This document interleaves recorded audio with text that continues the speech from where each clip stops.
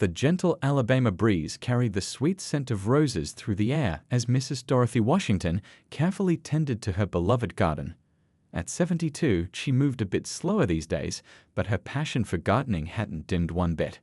Her weathered hands, which had shaped young minds for over 4 decades as a school teacher, now shaped the earth around her prized rose bushes. It was a peaceful Sunday afternoon, the kind that reminded her why she'd never left this house on Oak Street, even when fancier neighborhoods had sprung up across town. This home held 40 years of memories, birthday parties, family gatherings, and quiet evenings on the porch with her late husband. The red brick house, with its classic southern charm and wraparound porch, had been their dream, and they'd worked hard to make it their own. As she hummed an old gospel tune, Mrs. Washington adjusted her wide-brimmed sun hat, a birthday gift from her son. She couldn't help but smile, thinking about how he'd be arriving soon for their weekly Sunday dinner tradition. She had already prepared his favorite sweet potato pie, just like her grandmother had taught her. The peaceful scene was shattered by the sudden screech of tires against asphalt. 2 police cruisers came to an abrupt halt in front of her house, their arrival so jarring that Mrs. Washington dropped her gardening shears. The clatter of metal hitting the ground was drowned out by car doors slamming shut. Mrs. Washington straightened up slowly, her knees protesting the movement. She watched as 2 officers emerged from their vehicles, their hands resting near their weapons. Something about their aggressive stance made her heart beat faster, but she kept her face calm, drawing on years of experience handling difficult situations in her classroom. "What seems to be the problem, officers?"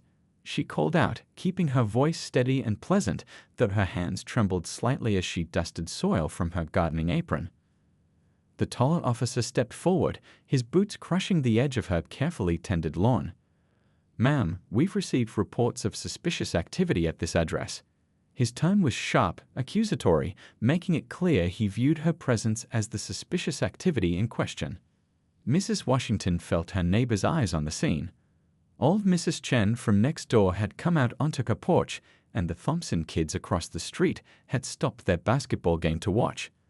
The weekend's peaceful rhythm had been disrupted, and now her quiet afternoon of gardening had become an unwanted spectacle. "There must be some mistake," Mrs. Washington replied, maintaining her composure. "I've lived here for over 40 years. I'm just tending to my roses, as I do every Sunday." She gestured to her garden tools and the neat rows of blooming flowers. The second officer stepped forward, his hand still hovering near his weapon. "We'll need to see some identification, ma'am." His voice carried a tone that suggested he didn't believe a word she was saying. Mrs. Washington's heart sank.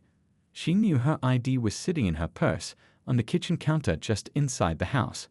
In all her years of gardening in her own front yard, she'd never thought she'd need to keep identification on her. More neighbors were gathering now. Young couple from 2 doors down had paused their afternoon walk. The retired postal worker from across the street was watching from his driveway. Some had their phones out, recording the scene unfolding before them. The air felt thick with tension, like the moments before a summer storm. Little did these officers know that Mrs. Washington's son, one of the city's most respected civil rights attorneys, was already on his way for their standing Sunday dinner date. The sweet potato pie cooling on her windowsill would have to wait.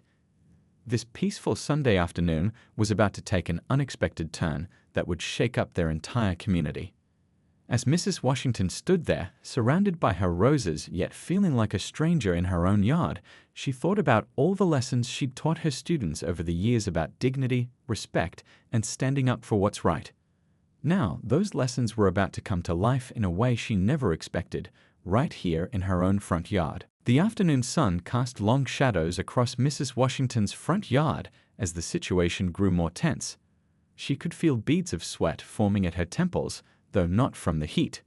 The officer's aggressive stance and demanding tone had transformed her peaceful garden into what felt like a battlefield. "My ID is just inside, officers," Mrs. Washington explained calmly, pointing toward her front door. "If you'll allow me to go in and get it." "Stay where you are," the taller officer interrupted, his voice sharp enough to make several watching neighbors flinch. "How do we know that's really your house?" Mrs. Washington felt her heart sink, but years of teaching had taught her how to keep her composure in difficult situations. She straightened her back, all 5 feet 3 inches of her dignity on full display. "Officers, I understand you're doing your job, but I've lived here since 1983. That climbing rose bush there, I planted it the day we moved in. Those curtains in the window, I sewed them myself."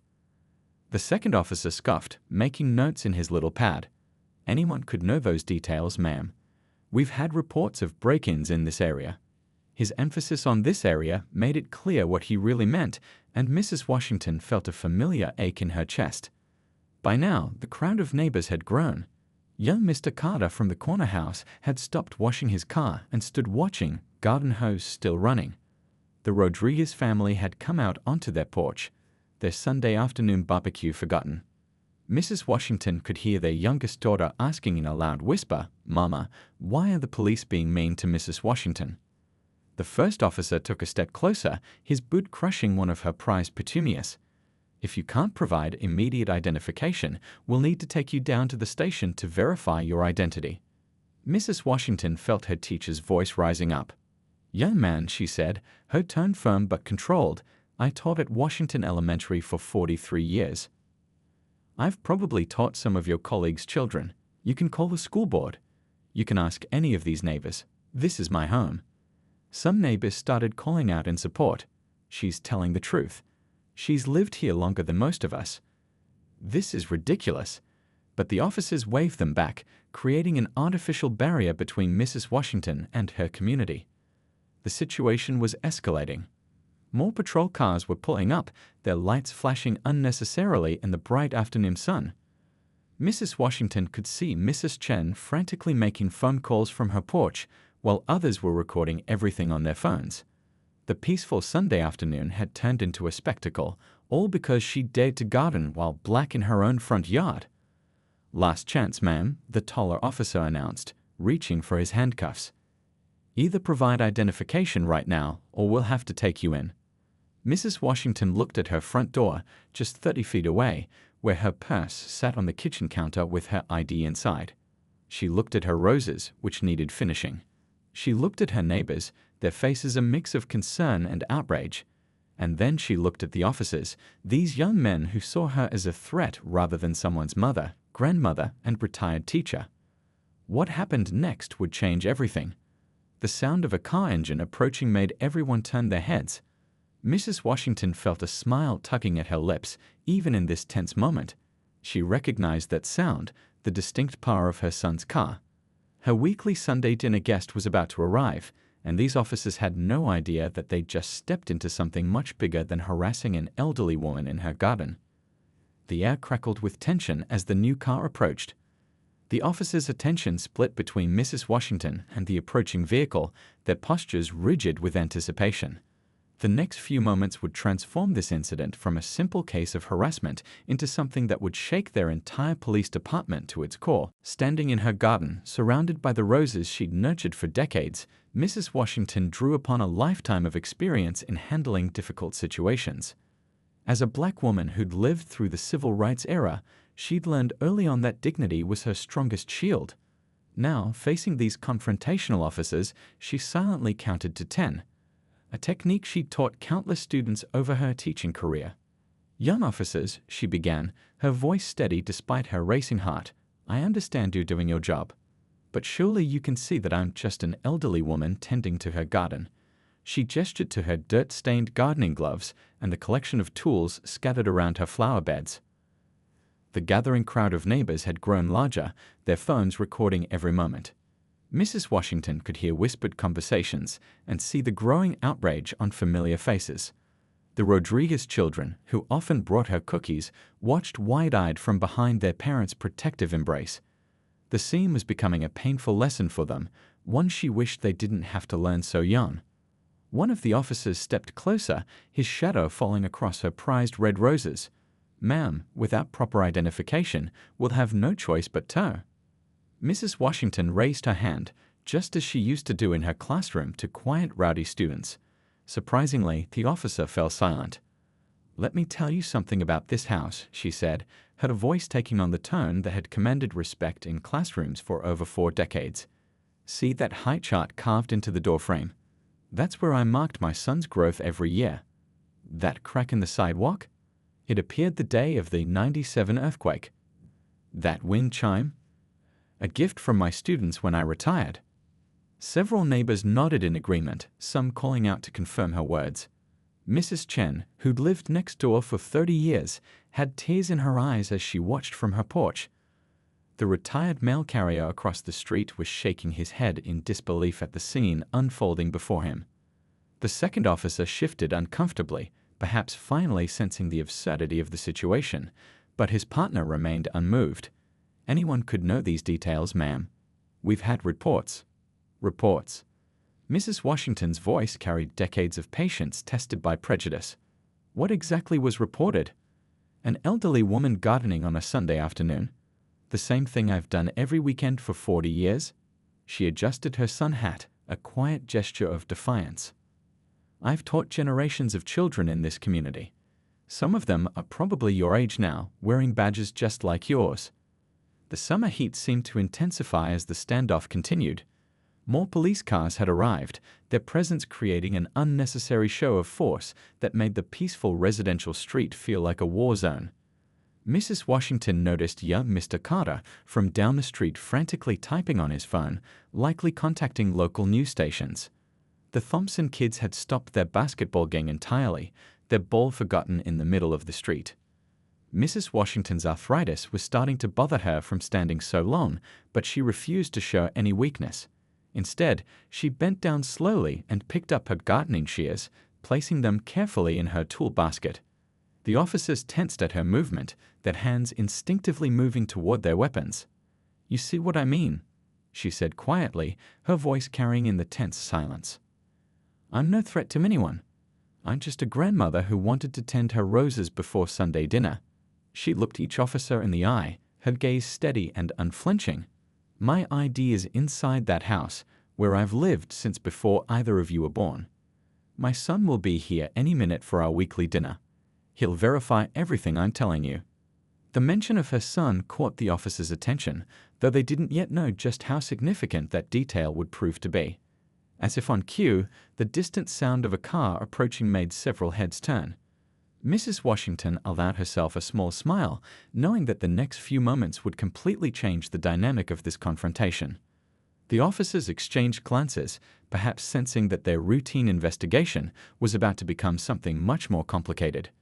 The afternoon breeze carried the sweet scent of roses through the air, a peaceful contrast to the tension that had overtaken Mrs. Washington's beloved garden. But she stood her ground, her dignity intact, knowing that sometimes the most powerful resistance comes wrapped in patience and grace. The sound of a car engine grew louder as a sleek black sedan turned onto Oak Street. The vehicle moved with purpose, its polished surface gleaming in the late afternoon sun. Mrs. Washington recognized the familiar purr of her son's car, the same car that visited her every Sunday without fail. The officers, still unaware of who was about to step out, shifted their stance as the vehicle came to a smooth stop at the curb. The car door opened, and out stepped a tall, distinguished-looking man in a crisp navy suit. His presence commanded immediate attention, from his perfectly polished shoes to his confident bearing. This was Mrs. Washington's son, one of the city's most respected civil rights attorneys, though the officers didn't know that yet. "Mother." His deep voice carried across the yard as he assessed the scene before him, the police cars with flashing lights, the gathered neighbors with their phones raised, and his elderly mother standing amid her roses, surrounded by uniformed officers. His weekend briefcase, which never left his side, was clutched firmly in his left hand. The taller officer turned slightly, keeping both Mrs. Washington and her son in his sight. "Sir, this is a police matter. Please stay back." Mrs. Washington's son adjusted his tie, a habit he'd developed over decades in courtrooms. "Actually, officers, this became a legal matter the moment you began harassing my mother in her own front yard." His voice was calm but carried the weight of authority that had won him countless cases. He walked forward with measured steps, each movement deliberate and confident. The crowd of neighbors parted to let him through, their phones still recording every moment. Some were smiling now, knowing that the tables were about to turn. "My name is Washington," he announced, reaching into his suit jacket to retrieve his business card with practiced ease. I'm a senior partner at Richardson, Washington and Associates. More importantly, I'm this lady's son, and this has been our family home for over 40 years. The officers exchanged uncomfortable glances as they recognized the name of one of the city's most prominent law firms. The younger officer's hand, which had been resting near his weapon, dropped to his side. Now, Mrs. Washington's son continued, setting his briefcase down carefully on the manicured lawn. I'd like each of you to state your name and badge number for the record. He pulled out his phone and began recording. I'm particularly interested in understanding why you felt it necessary to surround an elderly woman with multiple police vehicles while she was gardening on her own property. The neighbors watched in fascination as the dynamic shifted. Mrs. Rodriguez whispered something to her husband, who nodded with satisfaction. Young Mr. Carter had stopped typing on his phone and was now watching with undisguised interest. Even Mrs. Chen had stepped off her porch to get a better view. We received reports of suspicious activity, the taller officer began, but his voice had lost its earlier authority. Suspicious activity? Mrs. Washington's son raised an eyebrow. Would that be the suspicious activity of tending to rose bushes? Or perhaps the suspicious activity of being black in an affluent neighborhood? His words were precise, measured, carrying years of experience in addressing such situations. He turned to the gathering of neighbors. How long have you all known my mother? 30 years, called out Mr. Thompson. She taught my kids, added Mrs. Rodriguez. She brings me soup when I'm sick, Mrs. Chen chimed in. The evidence of Mrs. Washington's deep roots in the community was overwhelming. Her son turned back to the officers, his expression serious but composed. Gentlemen, I suggest you consider your next actions very carefully. I've already documented multiple violations of my mother's civil rights, and I'm prepared to file a formal complaint with Internal Affairs first thing tomorrow morning. The afternoon sun caught the silver in Mrs. Washington's hair as she stood watching her son handle the situation. She felt a mixture of pride and sadness, pride in the strong, capable man he'd become, but sadness that even after all these years, such incidents still occurred. The senior officer finally lowered his notepad. The situation had spiraled far beyond a routine call, and it was clear that continuing this confrontation would only make things worse. But Mrs. Washington's son wasn't finished. This incident wouldn't be swept under the rug like so many others. He had plans to ensure that what happened to his mother that Sunday afternoon would lead to real changes in the department. The atmosphere in Mrs. Washington's front yard shifted dramatically as her son took control of the situation. He moved with the confidence of someone who had fought these battles before, opening his briefcase on the hood of the nearest police car. The leather briefcase creaked as he pulled out a legal pad, his movements deliberate and precise. Let's review what's happened here, he began, his voice carrying the same measured tone that had won him countless courtroom victories. You've surrounded my elderly mother with multiple police vehicles while she was gardening on her own property. You've threatened to arrest her for being unable to immediately produce identification in her own front yard. And you've created a hostile environment that has disturbed the entire neighborhood. The officers shifted uncomfortably as he spoke. The taller one cleared his throat. Sir, we were just responding to a call. About suspicious activity, yes, Mrs. Washington's son interrupted, writing something on his pad. I'd very much like to hear the exact wording of that call. In fact, I'll be filing a Freedom of Information Act request first thing tomorrow morning to obtain the recording. Several neighbors had moved closer, their phones still recording. The Rodriguez children watched from their porch, wide-eyed, as they witnessed a masterclass in standing up to injustice. The retired postal worker nodded approvingly from his driveway. Now, Mrs. Washington's son continued, I'm going to need the following information. He pulled out his phone and began recording again. Your names, badge numbers, precinct numbers, and the name of your supervising officer. I'll also need the names of everyone who responded to this call. He gestured to the other police cars that had arrived as backup. The younger officer started to protest, but his partner placed a warning hand on his arm. They both knew they'd stepped into something much bigger than they'd anticipated. Mrs. Washington watched from beside her rose bushes as her son methodically documented everything. She remembered the day he'd told her he wanted to become a lawyer, inspired by the very kinds of incidents they were experiencing now. How proud she'd been when he graduated top of his class, and prouder still of how he used his success to help others. I'd also like to point out, her son continued, that several neighbors have been recording this entire incident. I'll be requesting copies of all their footage. He looked up from his notes. In my experience, these kinds of videos have a way of finding their way to local news stations and social media. The senior officer finally spoke up, his tone notably more professional than before. Sir, perhaps we can discuss this matter more constructively. Yes, let's discuss it. Mrs. Washington's son agreed, closing his notepad with a snap. Let's discuss why, in 2025, an elderly woman can't tend to her garden without being treated like a criminal. Let's discuss why your first instinct was to escalate rather than to simply have a respectful conversation with a longtime resident of this community. Mrs. Chen had begun passing out glasses of cold lemonade to the watching neighbors, though notably not to the officers. The sense of community support was palpable, with every person present understanding they were witnessing something important. Here's what's going to happen now, Mrs. Washington's son announced, his voice firm but controlled. You're going to apologize to my mother. Then you're going to leave. Tomorrow morning, I'll be filing a formal complaint with Internal Affairs, the Civilian Review Board, and the City Council.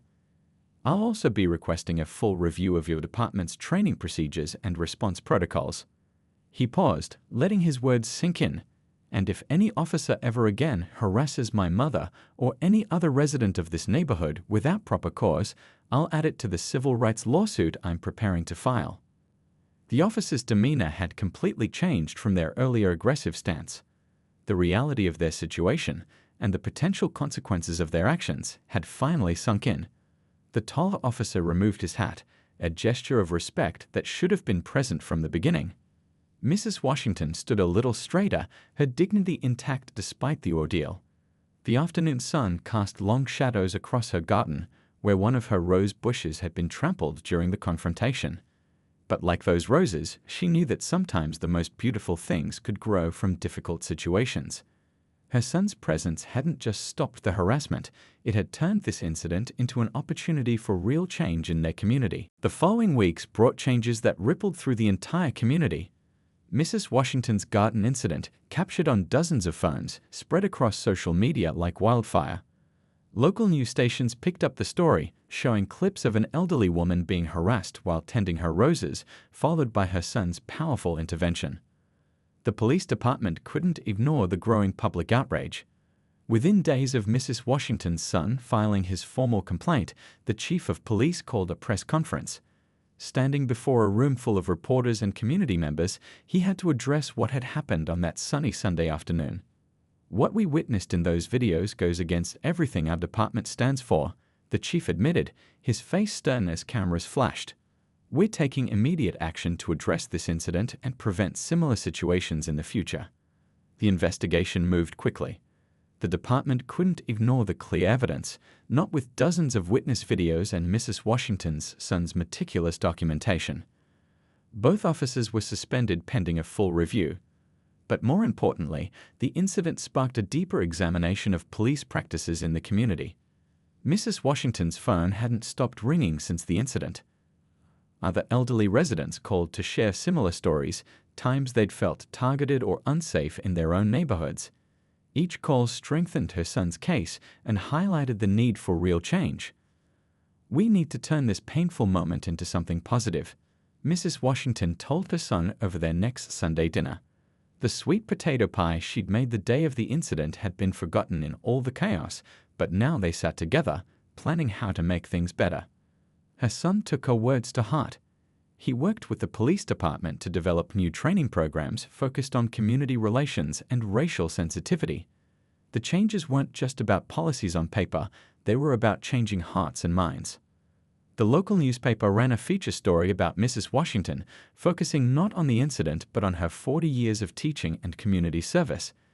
The article included photos of her garden, which had become a symbol of resilience.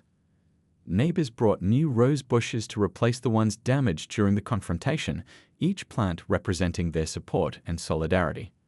One afternoon, a week after the investigation began, a young officer knocked on Mrs. Washington's door.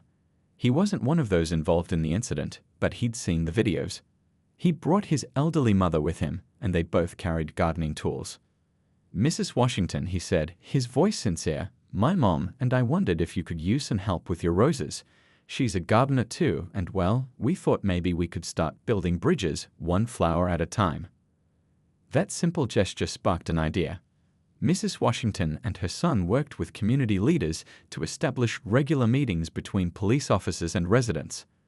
These weren't formal affairs in stuffy meeting rooms. They were casual gatherings in gardens, on porches, and in community centers. The police department implemented new protocols for responding to calls about suspicious activity. Officers were required to approach situations with less aggression and more communication. They had to consider context and community impact before escalating situations. Local schools began inviting Mrs. Washington to speak about her experience. She turned these talks into lessons about dignity, justice, and the power of standing up for what's right.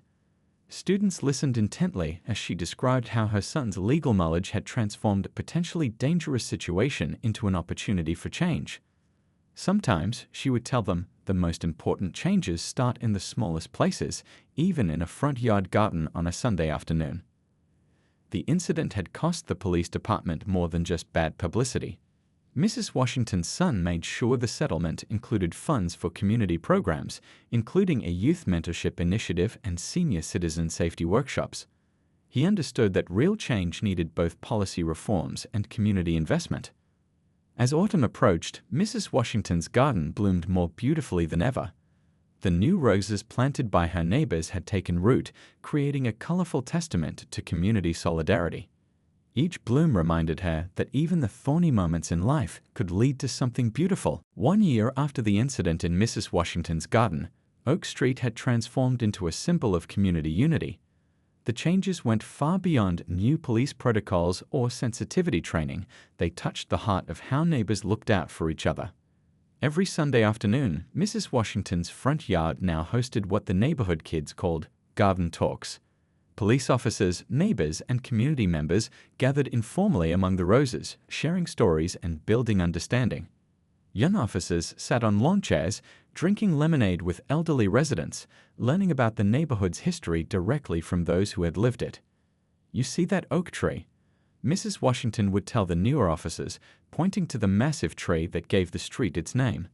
"When we moved here, it was just a sapling. Like trust, it took years to grow strong." The officers would nod, understanding the deeper meaning in her words. Her son's legal action had resulted in more than just policy changes. The settlement money funded a community center in the neighborhood named the Rose Garden Community Center in honor of where it all began. The center offered free legal clinics, youth programs, and senior citizen support services. More importantly, it provided a space where police officers and residents could meet regularly for informal discussions. The young officer who had first suggested gardening together had become a regular visitor, often bringing his mother along. Together, they helped Mrs. Washington tend her expanding garden, which now included contributions from nearly every neighbor. Each plant told a story of unity and healing. Local schools incorporated lessons about community policing and civil rights into their curriculum. Mrs. Washington was often invited to share her experience, but she always focused on the positive changes that followed.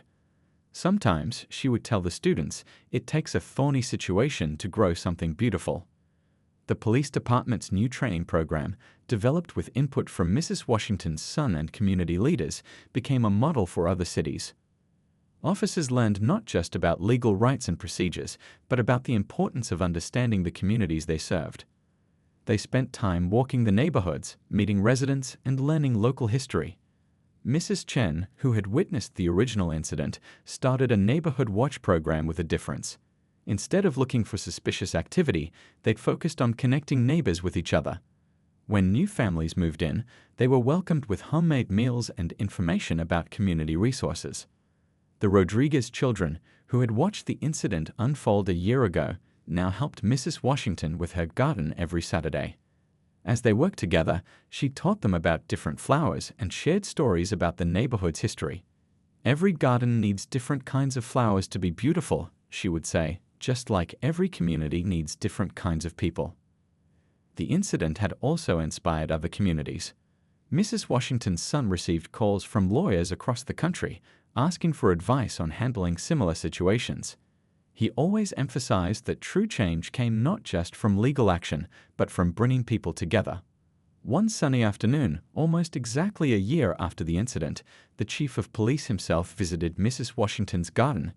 He came not for a formal meeting, but to plant a new rose bush, a peace offering and a symbol of ongoing commitment to change.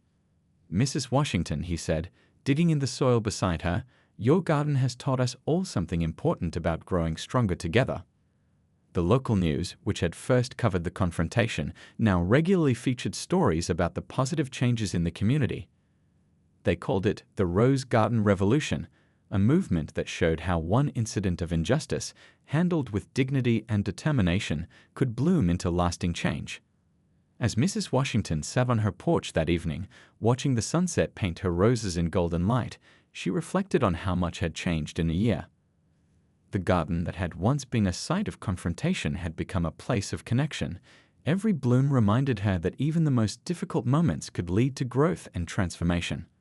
"Mother," her son said, joining her on the porch for their weekly dinner, "look at what your garden started." Mrs. Washington smiled, watching neighbors chat with off-duty officers among the roses. "Sometimes," she replied, "the best things grow from the most unexpected seeds."